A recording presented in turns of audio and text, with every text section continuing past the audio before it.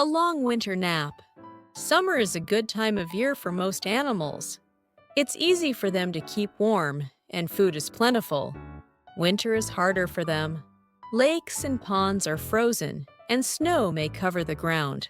All this makes food much harder to find. Many birds and some animals escape northern winters completely. They migrate south in the fall and return in the spring. The groundhog or woodchuck deals with winter differently. It hibernates. As soon as it feels the weather turning cold, it starts to dig.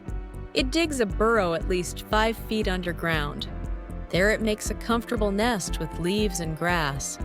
The groundhog spends the cold winter months nestled in its underground bed. It does not usually wake up until spring. It is far enough below ground that there is no danger of its freezing to death. It stays safe even during the most severe winter. The groundhog does not eat at all during the winter. Instead, it eats as much and as often as it can during the summer. People with gardens know how destructive a groundhog can be to their plants. As winter approaches, the groundhog becomes so fat it can hardly move. It prepares its nest and closes off the openings of the tunnels that lead down to it. When it starts to feel drowsy, it makes itself comfortable and falls into a long, deep sleep. This sleep can last up to 8 months. If you observed the groundhog in this state, you might think it had died. Its breathing almost ceases. Its heart slows to about 4 beats a minute. A thermometer would show that its body temperature has fallen to just above freezing. When the groundhog wakes up in the spring, it has been without food for many months. Its weight has been reduced to only half of what it was in the fall.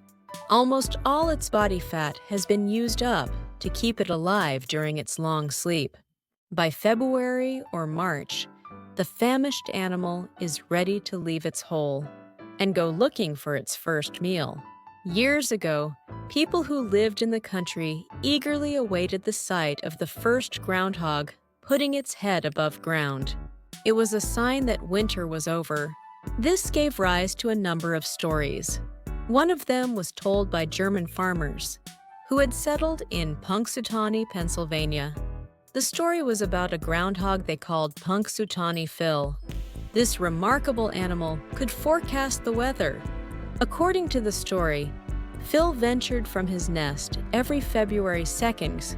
He poked his head above ground and looked around. If he saw his shadow, it meant that there would be another month and a half of winter. In that case, he went back to sleep for another 6 weeks. If the weather was cloudy and he didn't see his shadow, it meant spring would be early. This story spread around the country. Eventually, February 2nd became known as Groundhog Day.